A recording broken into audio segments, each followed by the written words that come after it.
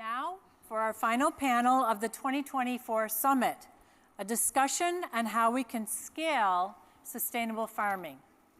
Let's welcome our panelists to the stage, Dr. Jenny Gao Kniffen, a professor of horticulture at the College of Agriculture and Life Sciences at Cornell University, Mike Creer, a partner at Creer Family Farms, Carly Miller-Hornick, who will be joining us virtually, the co-founder of Head and Heel, and Alex Pate, the Director of Agricultural Business Advising at Foodshed Capital. Let's give them a welcome.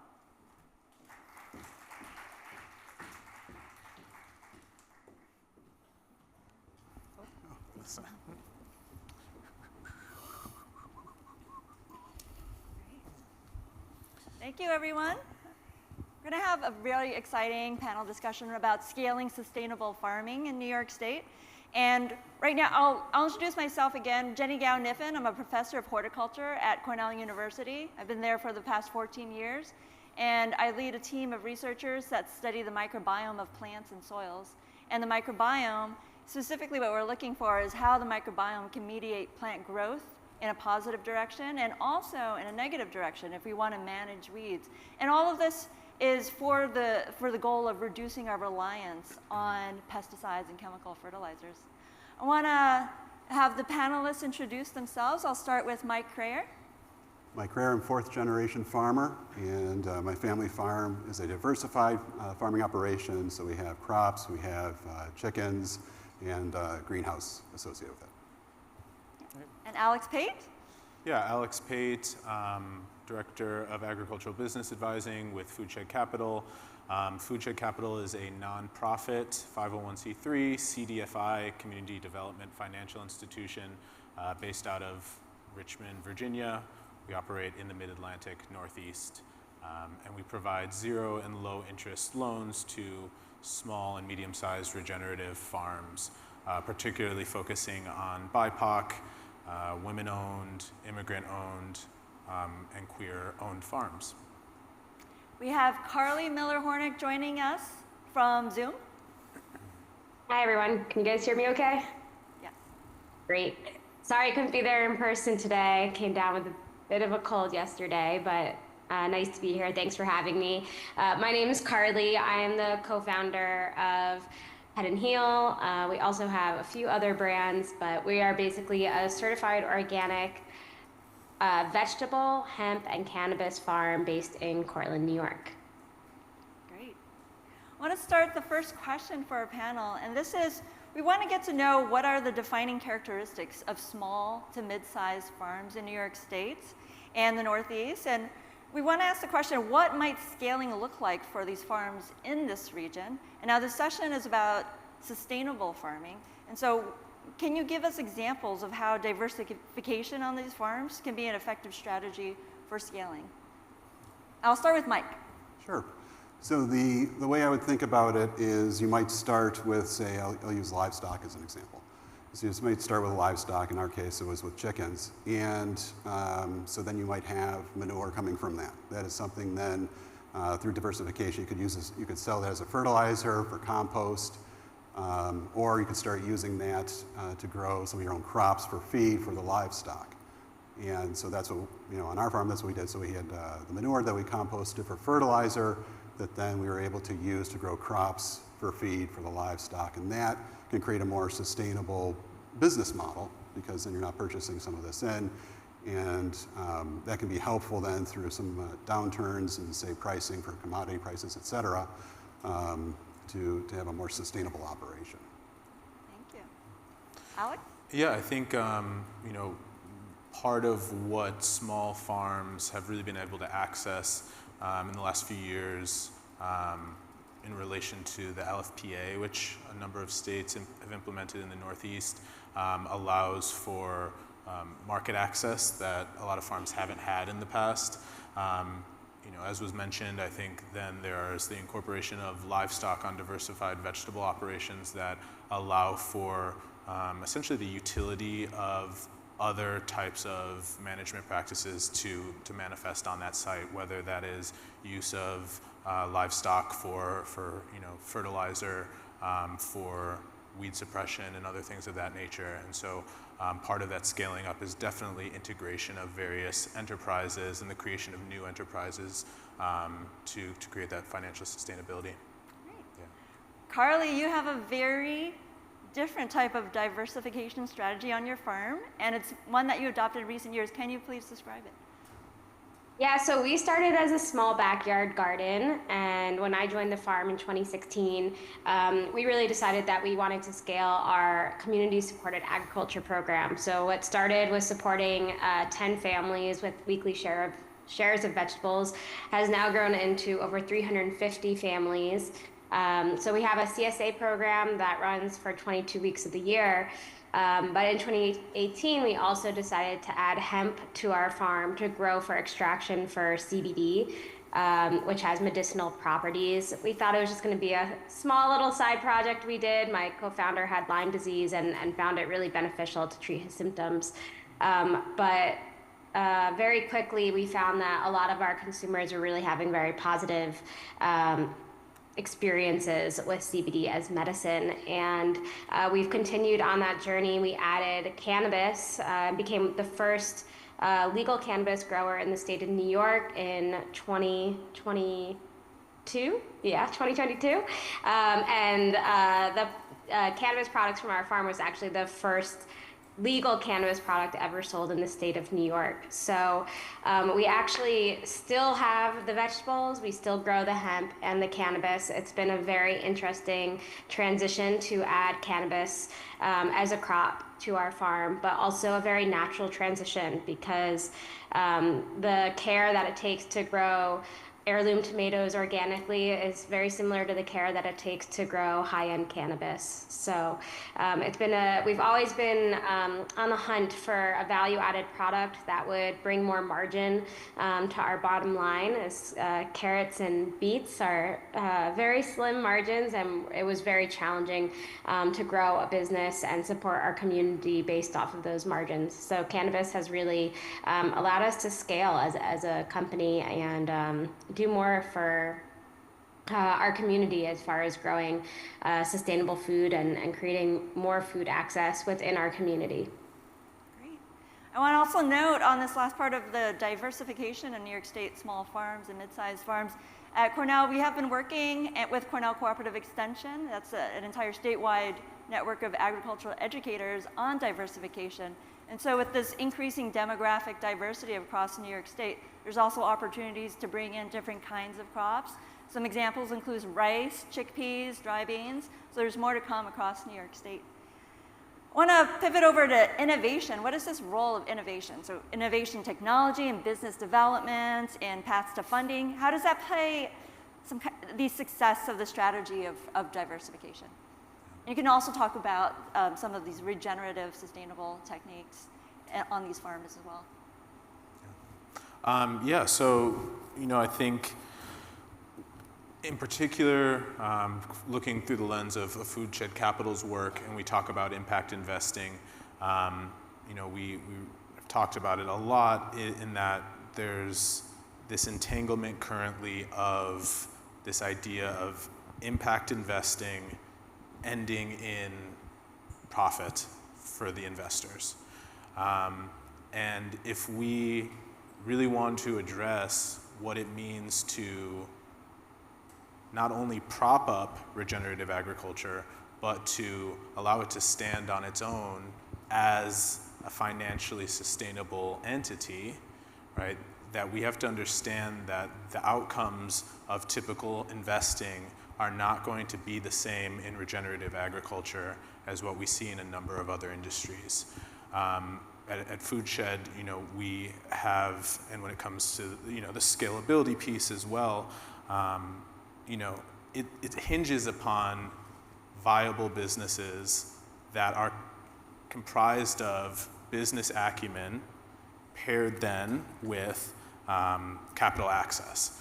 And so when we talk about the sustainability financially, Food Shed Capital has really looked to bolster and fill a knowledge gap that exists in a lot of small farms, in that we have a lot of brilliant farmers who grow and produce food, whether it be plants and livestock, and they're experts in that.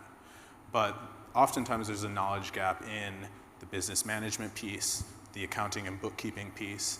And so a level of expertise that FoodCap brings to these farms is really to help implement these bookkeeping systems, helping farmers understand and fully internalize the importance of that aspect of their business management.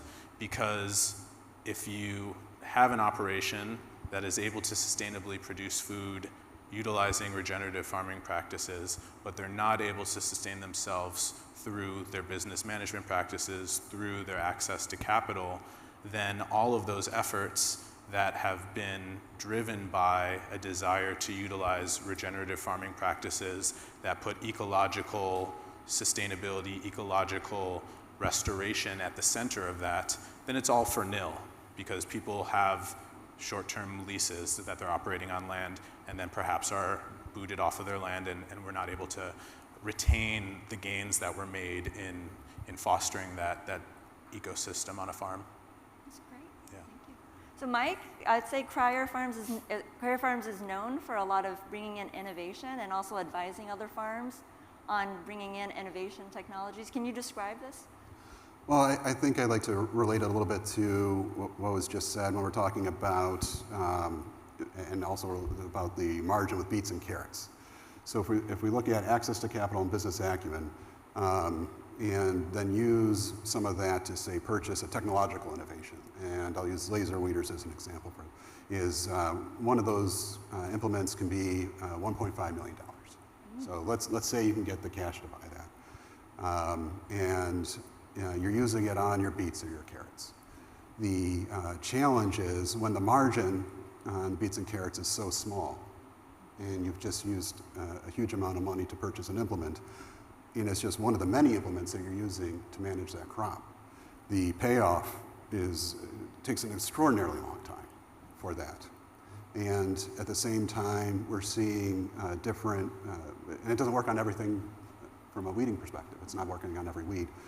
So the challenge that we face is when, say, the cost of production goes up with these technological innovations, because they're not innovating and saying, here's a very inexpensive item. So the cost of production is going up, and what we're getting paid for the crop is not necessarily going up, and in some cases going down.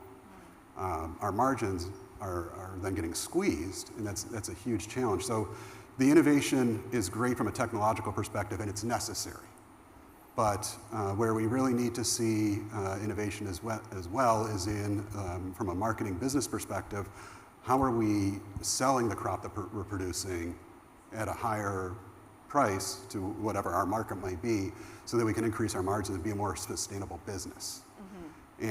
And that's where I see some of the challenges, especially when we're talking about regenerative or sustainable, is we're not seeing a lot of consumers, they're expressing an interest in it, but they're not willing to necessarily pay for it.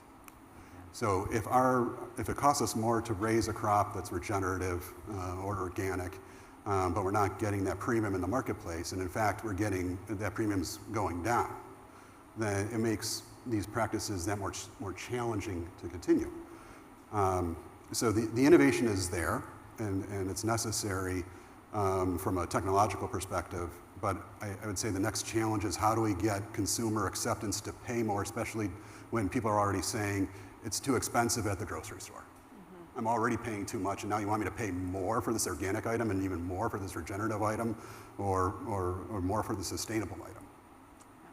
And that's where I say, where is that coming from? Where is the extra cost going to be offset for the farmer? Those are the challenges that we look at, and when we're talking with other farmers, how do we address them? So how do we address them? To answer my own question, is by working together sometimes so that we can look at some new crops to grow some more premium items, some that might differentiate on flavor or in some other ways, and working together to market those items to the consumer so that we can all get an increased premium on that to make our production methods more sustainable. Thank you. So Carly, you mentioned that you have a very diversified system. Your vegetable production system, you're clearly providing for nutrition, right? But you also have this, you alluded to medicinal. So it's a holistic type of, you have the nutrition, but you also have body and soul. So can you tell us what was your innovation strategy for adopting this component to your farming operations?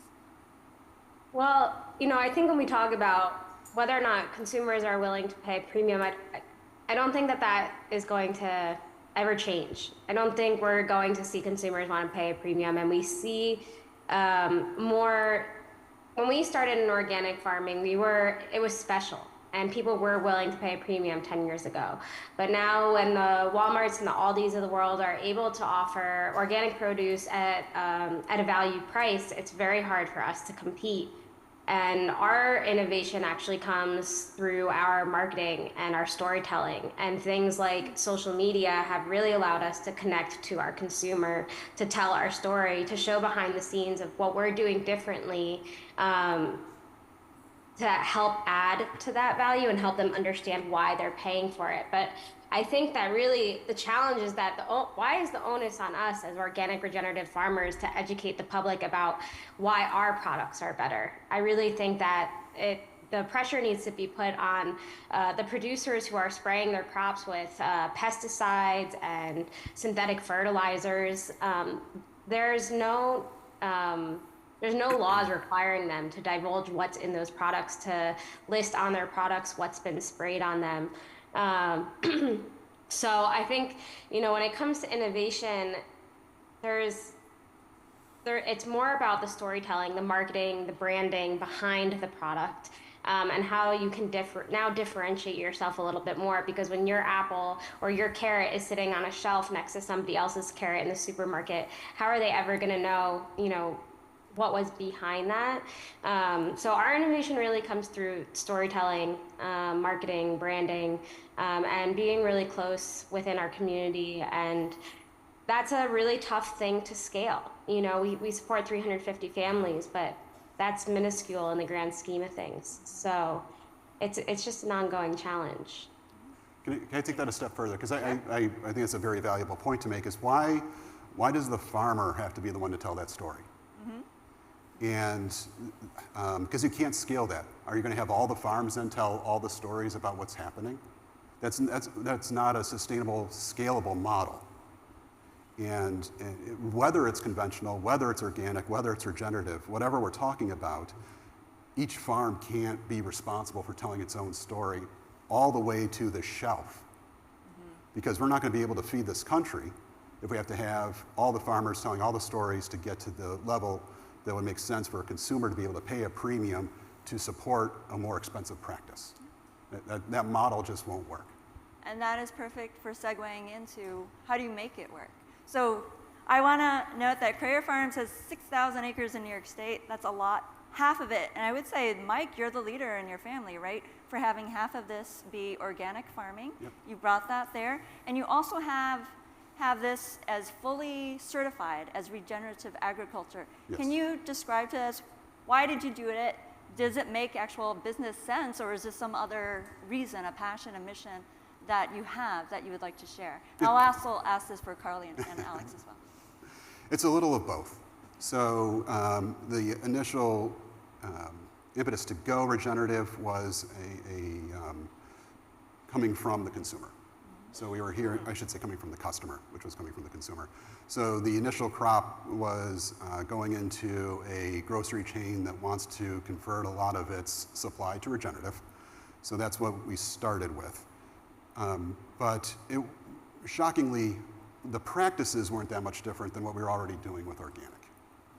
And where that's coming from, as we look at the different practices, whether it's organic or our conventional farms, we're trying to go in this new direction. And I say new because if as a fourth generation, I'm saying within the 100 years of our farm, in the last 10 to 20, we're working on this, is we have to. Weeds are becoming resistant, and so we have to figure out new ways to manage it. the climate is changing around us, so we have to figure out new ways to deal with it. The cost of fertilizer continues to go up, so we have to figure out new ways to get the nutrients to our crop. So, that's through cover cropping, and that's through using diversified manures. We have to get more biological activity in the soil. So there's so many reasons to do it that are above and beyond just your standard business selling a crop. It's good business long term, but it's also what we need to do for the sake of feeding a growing population in an evolving climate. So those are both of the reasons, is we have to do it to be sustainable in the future, and both from a societal perspective, but also from a business perspective. Very nice. Thank you. Alex, you're representing a lot of beginner farmers. Are you able to share, like, why are they doing this? How do you advise them? And because that's your role as the business advisor, how do you advise them to make this sustainable as in a financial operation? Yeah, and are they coming in wanting to being stewards of the land, being agricultural stewards of the land, and running a financially sustainable business? Yeah, I think, right, those two components aren't always compatible with each other. A lot of new farmers are actually motivated by this call to help save our ecosystems around the world. Right? I think a lot of people, even outside of agriculture specifically, are drawn to these careers that they feel can have positive impacts to these various areas of our lives that we live to help improve the overall quality of our environments that sustain us.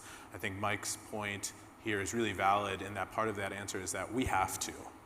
There's actually no choice, and we're seeing that more and more as we deal with pesticides resulting in biotic resistance, right? And so there's a whole slew of problems that occur there. We see the depletion of nutrient, specifically mineral content in our soil, right? So then we're not able to derive the same mineral nutrients from our plants that are growing in that soil.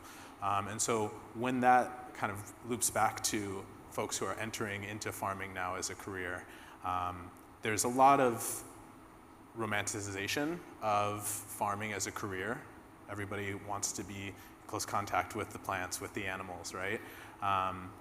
But part of what that essential piece of turning that vision and that desire to have this impact, this environmental impact, is where's the gap in turning that into a sustainable business? A lot of that is education around how can I keep my books, and how can I track and understand the data, the cash flow of my business, and understand what that data means to inform best practices that are sustainable within my means, understanding perhaps which enterprises I'm losing money or which enterprises are the most sustainable. That's a frequent thing that we see, right? Is that a gut feeling oftentimes is very different from what the data tells us, right? And that's a benefit of all the implementation of these new technologies as well. They provide these insights that otherwise would elude us because we have limited capacity in our brains and all of that. Actually, that exact question has really dictated a big portion of FoodCap's work most recently and what we're shifting into next year. Starting in 2025, we're actually piloting a fellowship program with 3 farms that we've worked with on various different instances for funding, for grant administration.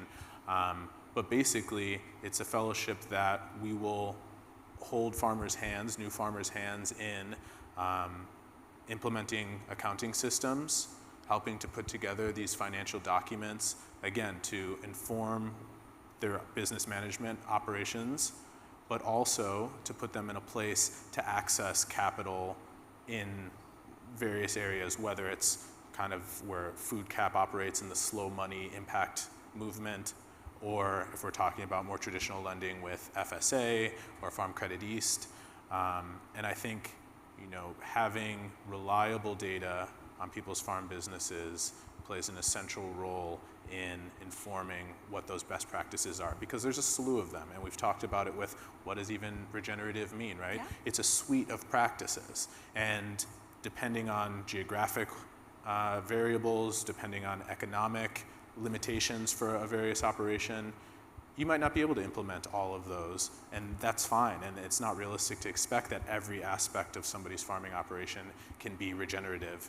But what we can do as financial institutions such as Foodshed Capital, there are literally 5 other institutions like us nationally that provide 0% interest. And a number of those 5 are regionally bound, so they're not even able to provide this sort of support nationally. And so that's really the focus of our work, is to get data, be informed by data, and being able to make the smartest decisions based on the emerging tools that we have, the historic tools that we have to be able to run farms effectively. Thank you. Carly, how do you make this work financially on your farm? Your philosophy for sustainable agriculture? Well, nobody becomes a farmer to become rich. That's for sure. It's we became farmers because of a passion and a mission to feed our families, feed our communities, make sure that there was food security within our community. We do a lot of work on our farm to donate vegetables. We have subsidized CSA programs where low-income members of our communities can have access to fresh, healthy food. It's more about the lifestyle than the wealth that it produces. And our farmers who have been with us for over a decade, they do it out of a passion for the work. They love and even though it's the hardest work in the world, they love it and they wouldn't rather do anything else. And I think it takes that kind of passion in order to be in this industry. And it's our mission to build a sustainable business. When I came to Ithaca, I got to do a 6-month program in sustainable agriculture. I toured farms all over the region, and what I saw was farms and families that had hundreds of thousands of dollars in debt, trying to pay off tractor equipment, no health insurance for their families. And I had a fire lit under me to prove that we could build a sustainable business, meaning a business that provided people with a living wage, a business that provided people with health insurance, with time off, through sustainable agriculture. And had cannabis not come into the picture, that really would not be a reality at our farm. And when I started our farm, cannabis was it wasn't legal. It wasn't something we were even considering. But it truly has been a path to being able to provide those kind of benefits for our employees. We just rolled out health insurance for our staff. And that was just a huge moment for us. And we were also just able to roll out an entire week off for the holidays for our staff, which we have never, ever been able to afford to do in the past. So it's pretty incredible how cannabis has really changed the revenue of our farm and our ability to take care of our employees, and hopefully be able to do that for the long term. Thank you. We're going to talk about incentives, because this is really difficult to be able to afford to be a sustainable farm, right? Using the soil health, enhancing biodiversity, conserving water. So how can this be done? In a regulatory way, or investors, can you just walk us through it? And Mike, you do have some experience working with some of the big labels, right? Certification, like labels with Wegmans and others. Yeah, and so I don't necessarily think the path is through the certifications, because Okay. I think that the challenge there is that you have to do a whole bunch of things a certain way. And I don't see that as what's going to convert all the farms necessary to be sustainable and really have the climate impact that we need to have.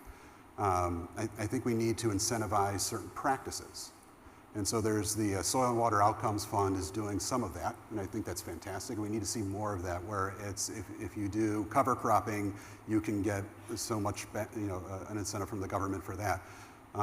Or if you do minimum till or no till, whatever the practice might be, I think we have to build in incentives around that, and education on how to do it, because we need to de-risk this for the farm. Because just as you were hearing, if you can only give your employees a week off, or it's hard to get health care, those are real issues that farmers face when they're trying to hire people. So if somebody's saying, well, I have this job at a farm I'm being offered, and I get this level of health insurance and 1 week off, but I can do this other job where I get 4 weeks paid vacation and all these benefits. As a person, they'll probably choose this other job. But then where is our employee base coming? So it's very risky for a business where we're trying to just attract talent. We can't, in addition to that, take risks on how are we farming if we're adding in new ways to farm. So we need to be educated on it and then incentivized to do it. Because farmers want to do these things. They want their farm to be around for the future. They want to improve soil health. It's not a lack of desire. It has to do with they know what they've been doing, and they know that that is currently working. Things are changing around them, but how can they afford to do something that could possibly cause a crop failure because they don't know how to do it on a field? They can't. And so that's where I see government programs being beneficial. If we can find something that works, we can roll that out and incentivize farmers to do that. And we have some things that already work that we know about, say cover cropping or minimum and no-till. Those things also then need to be taught and incentivized. Thank you. So Alex, you mentioned that, or alluded to a romantic notion for some new farmers. How do you de-risk their ability to become stewards of the land, to farm in a way that's sustainable and also make some financial returns? Yeah, I think part of that answer goes back to the incentive question that you just posed. When so that incentive system and helping people to get to that point of caring about all of those things is, that happens through partnerships. That can never be achieved by a single farm. It can never happen through a single institution. And so, forgive me because I'm going to go back to the incentive piece a little bit, because I think that's really important even in answering your question here, is that, when we collaborate with organizations, we do so strategically to help new farmers essentially reduce the financial burden that they have to carry on their own so that they can take a risk in investing in these other areas of their business. It might seem like a minimal expense for some of us, but getting organic certification is a barrier for a lot of small farms. The cost of that annual fee, the cost of infrastructure that's needed to get GAP certification, those sort of things are prohibitory. And so we partnered with the Rodale Institute to administer a number of small BIPOC regenerative grants that went out to farmers who, as an incentive for utilizing these regenerative farming practices, received a few $1,000 grants, minimal on the scale of operating costs, but it was an incentive that helped lift that burden. As I mentioned, we're launching our fellowship program. An incentive there is that farmers who participate in that will receive $4,000 in compensation from our organization for them to prioritize the importance of bookkeeping throughout a farming season.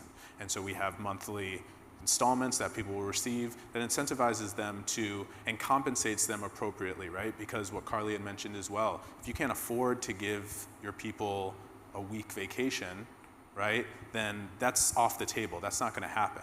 And so when we came up with the stipend for this program, essentially we're compensating people between $75 and $100 an hour, which is greater than what most farmers are making per hour.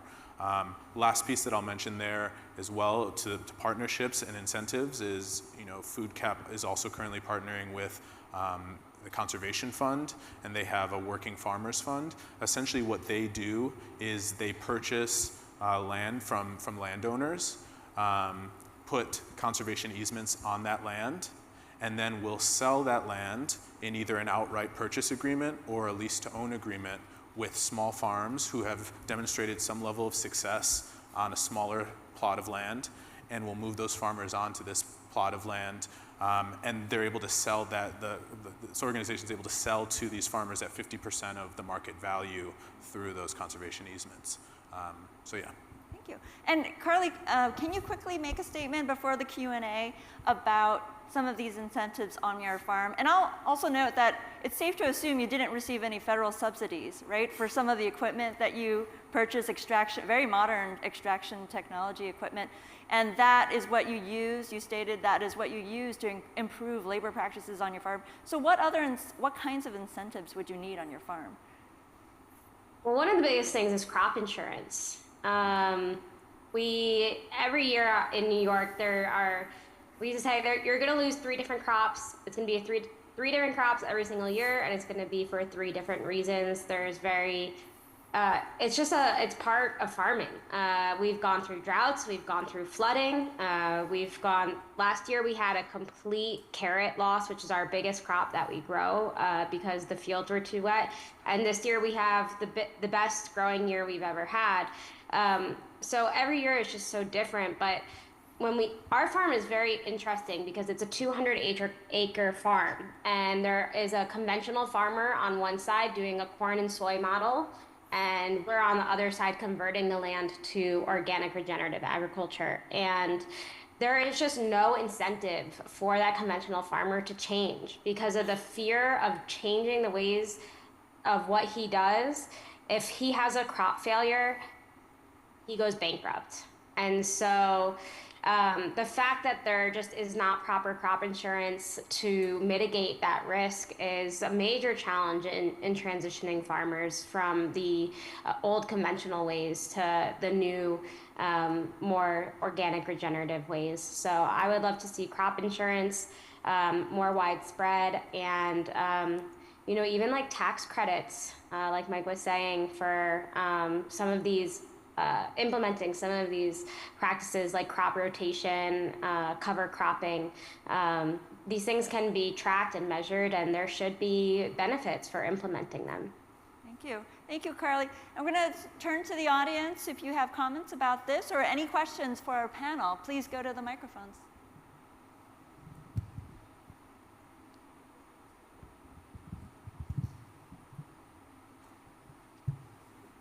Hi.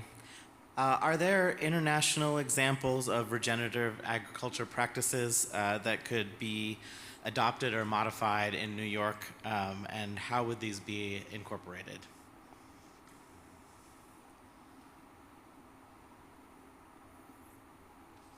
I'm not sure of any international example. I would say the challenge of translating a practice from one place to another is the environments are so different. The soils are different, and New York is unique in good ways and bad ways.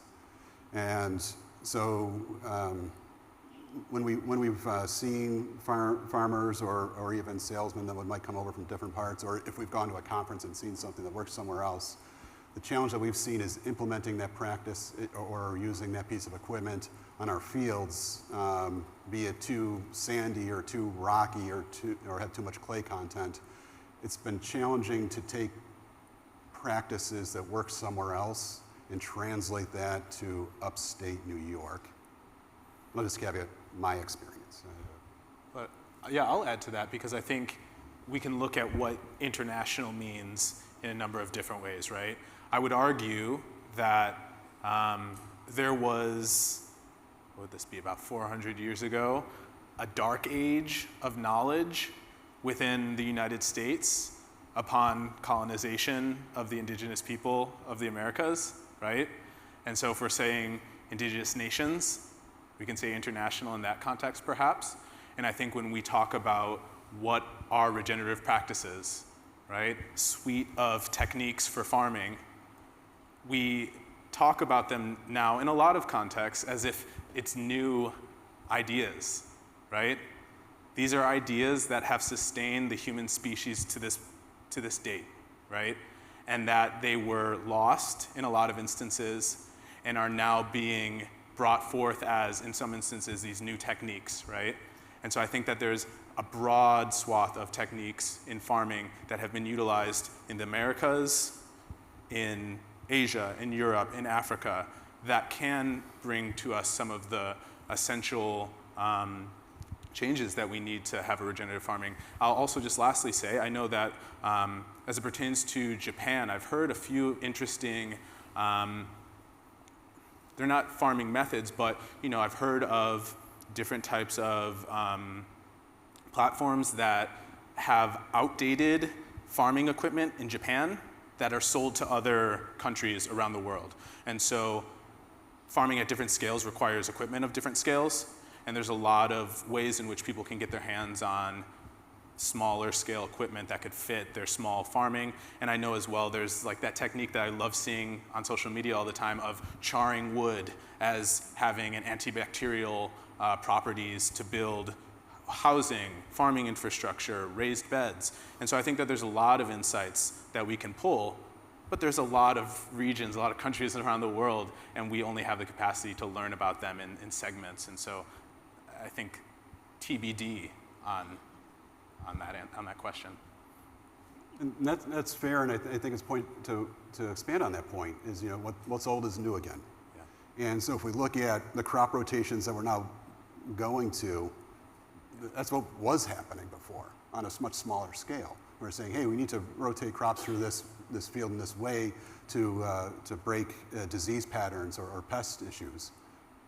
Well, that was happening before. It's just we came in as a monoculture and said, no, we're just going to grow corn here now. And we're realizing that's not a sustainable method moving forward.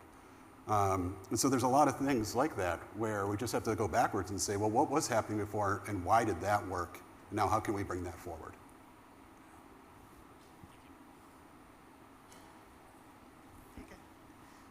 Thank you for sharing your experiences. My name is Diana.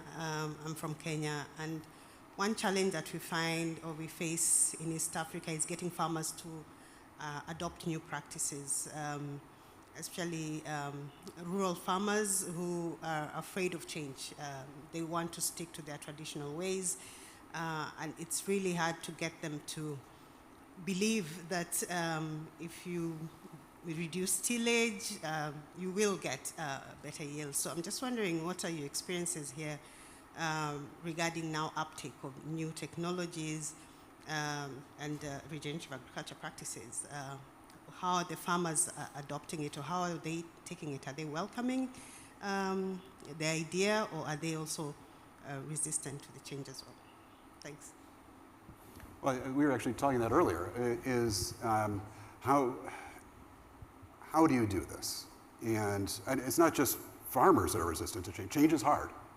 And if you've been a farmer in a farming family, you've been doing things a certain way, sometimes for generations. And so being told, here's a new and better way to do it, or an old and better way to do it, can be difficult. How to get past that, I would say, is there ways that we can show them it working? Is there a test plot that one of the farmers is willing to try and show the neighbors that?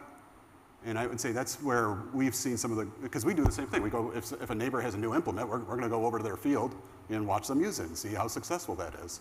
And if we get something new, the neighbors do the same thing. Whether we want to or not, they'll just drive up in their pickup and watch us do it. And that's okay. I think that's how we're going to get acceptance. That's how we're going to see what does work and what doesn't work. I don't know how to get that first farmer to adopt it in those areas, but I think that's what is necessary, is to have at least one early adopter so that others can see, hey, this is a system that does work, and this is what I can implement on my farm. Can I briefly add to that? Sure. Yeah. Just so I'm here representing Food Shed Capital today. I also work with Cornell's New York FarmNet, and we work with a number of farmers throughout the state of New York.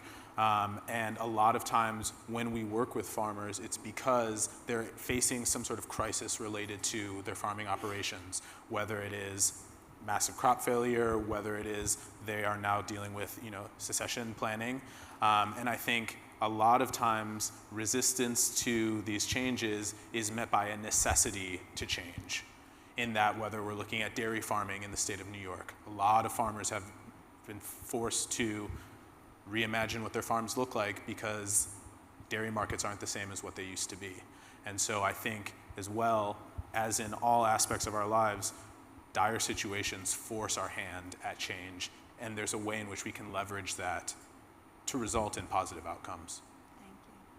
I will thank you for the panelists for joining us on this panel discussion. I want to thank everyone for attending, and just to remind you that you can talk to the panel members afterwards, but there is a party to attend at the Historic Ithaca State Theater very soon where the winners will be announced. Many Kathy, thanks to thank our you. panelists for sharing your insights and experience. Thank you so much. We appreciate it. Thank